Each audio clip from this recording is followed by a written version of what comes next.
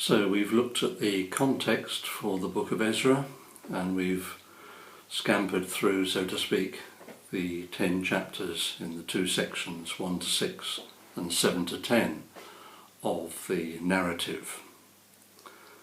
And so we now ask ourselves, what should we take from that brief review of the book? Does it have any relevance at all for us today? I hope it's not difficult to see that there are some messages for the church worldwide, the post-Pentecost people of God, the new Israel, as it were, subject to the same instructions from God and having the same purpose, to be a witness to God's sovereignty, to his love and to his trustworthiness.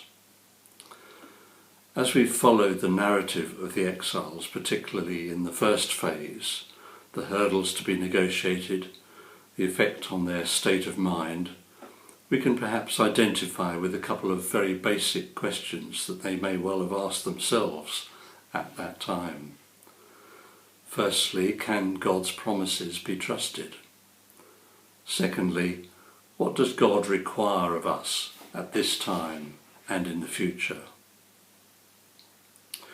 It's not always easy to keep trusting when obstacles arise in what is thought to be the outworking of God's plan. Whether it's the rebuilding of a former church, planting a new one, or setting out on a new project. In such circumstances, strong leadership rooted in the history of God's eternal faithfulness, the God who is true to his promises in his own time and in his own way, that together with a commitment to communal worship, to prayer and to personal development, these are the things that will bring nearer the kingdom of God and its growth in every generation.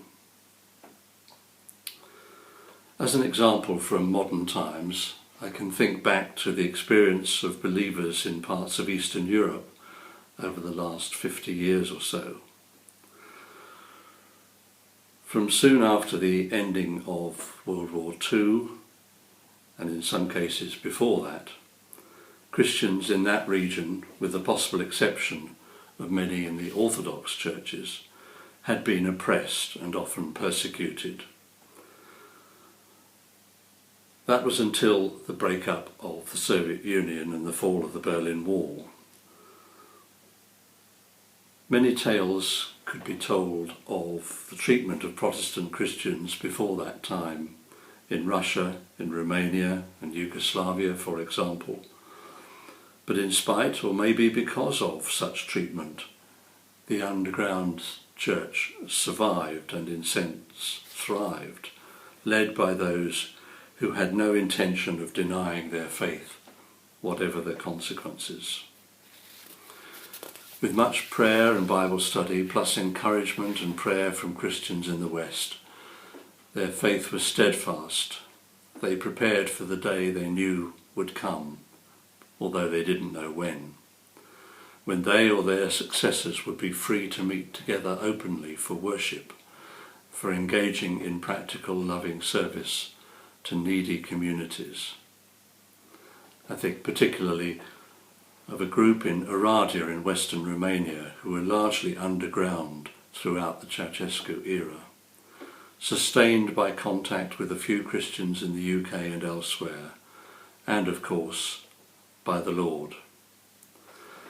They now have a large church building with a congregation of around 2,000 people on every Sunday. They have a ministry of social care to the poor and needy of that city, a domiciliary hospice team for the terminally ill, and a Christian university with a business school that aims to bring some integrity and competence into Romania's commercial life. So, this short book of Ezra, among the last of the Old Testament books to be written, apparently, introduces a new and perhaps somewhat quieter period in Israel's history. Indeed, little is known about the Jewish people from the time of Ezra until certainly the 2nd century BC. Then, after that, came the absorption of much of the area west of the River Jordan, the old Israel and other tribes, into the new Roman Empire. But back to Ezra's time, the returning exiles had chosen to leave a prosperous Babylon in order to rebuild a ruined city with its symbolic temple. And they had chosen to learn from their forebears' mistakes in their relationship with God. They dreamed of a powerful Messiah which had been foreshadowed by earlier prophets. And although subsequent generations developed a somewhat misunderstanding of the true nature and purpose of that Messiah, nevertheless, many of those returning exiles endeavoured eventually to set the right tone for God's people in the future. One might say they were an embryonic church. And for that, the prophet Haggai in particular, as well as Ezra and Nehemiah, and also Zechariah, should take much of the credit as the mouthpiece of God. I'm going to read a few verses from the 2nd chapter of the book of Haggai, just to underline that. On the 21st day of the 7th month, the word of the Lord came through the prophet Haggai. Speak to Zerubbabel, son of Shealtiel, governor of Judah, and to Jeshua, son of Jehozadak, the high priest, and to the remnant of the people. Ask of them, who of you is left who saw this house in its former glory? How does it look to you now? Does it not seem to you like nothing? But now be strong, O Zerubbabel, declares the Lord. Be strong, O Jeshua, son of Jehozadak, the high priest. Be strong, all you people of the land, declares the Lord, and work. For I am with you, declares the Lord Almighty.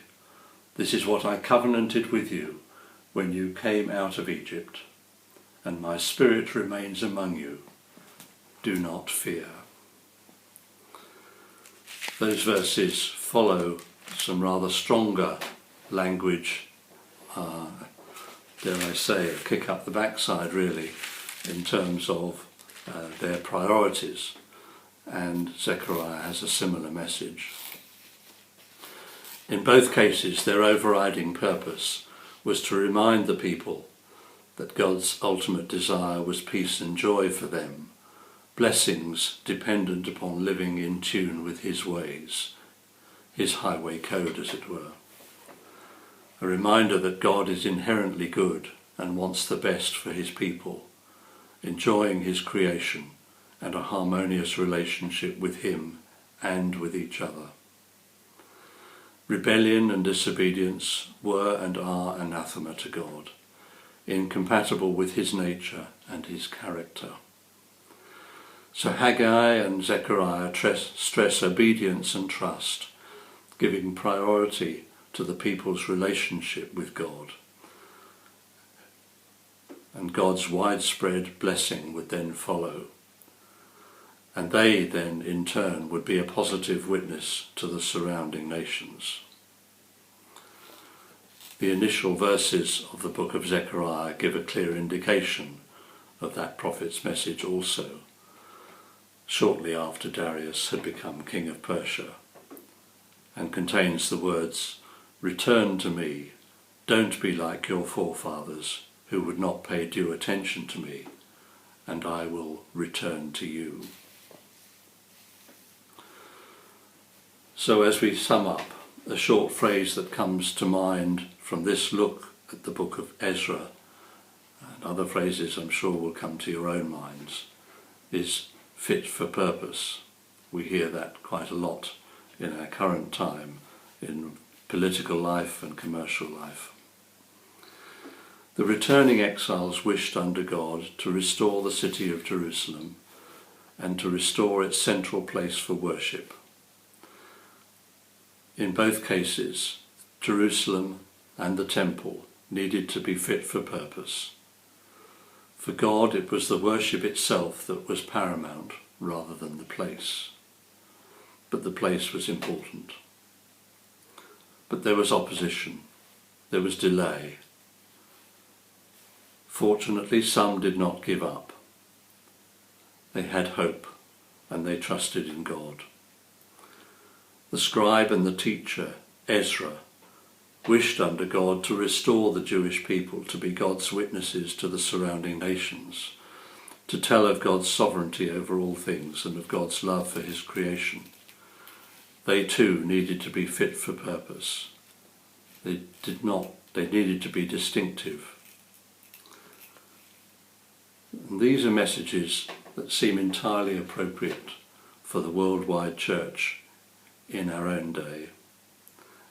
And of course, not only for the worldwide church, but for us as individual Christians as we emerge from lockdown, hopefully. Having said that, we should also take away the reminder that God is also ultimately in control of everything for his people and for the world at large. God is faithful to his promises in his own time and in his own way. The Apostle Paul, writing to the new Christians in Rome, summarizes it like this: "And we know that in all things God works for good, for the good of those who love him, who've been called according to his purpose." Thanks be to God. My sincere thanks again to David for the richness of the material that he has prepared and presented for us. And I pray that this time that you have set aside will bear fruit in your life as you witness to God's love and sovereignty. I also encourage you to reflect further on two of the questions that this wonderful book addresses. Can God's promises really be trusted now and in the future? And what does God require of us at this time? In a moment I will lead us in a short closing prayer, as we seek to indeed be fit for purpose by God's grace, in the knowledge that in all things God works for the good of those who love him, who have been called according to his purpose. David suggested that I might include the first two verses of the hymn, "All my hope on God is founded."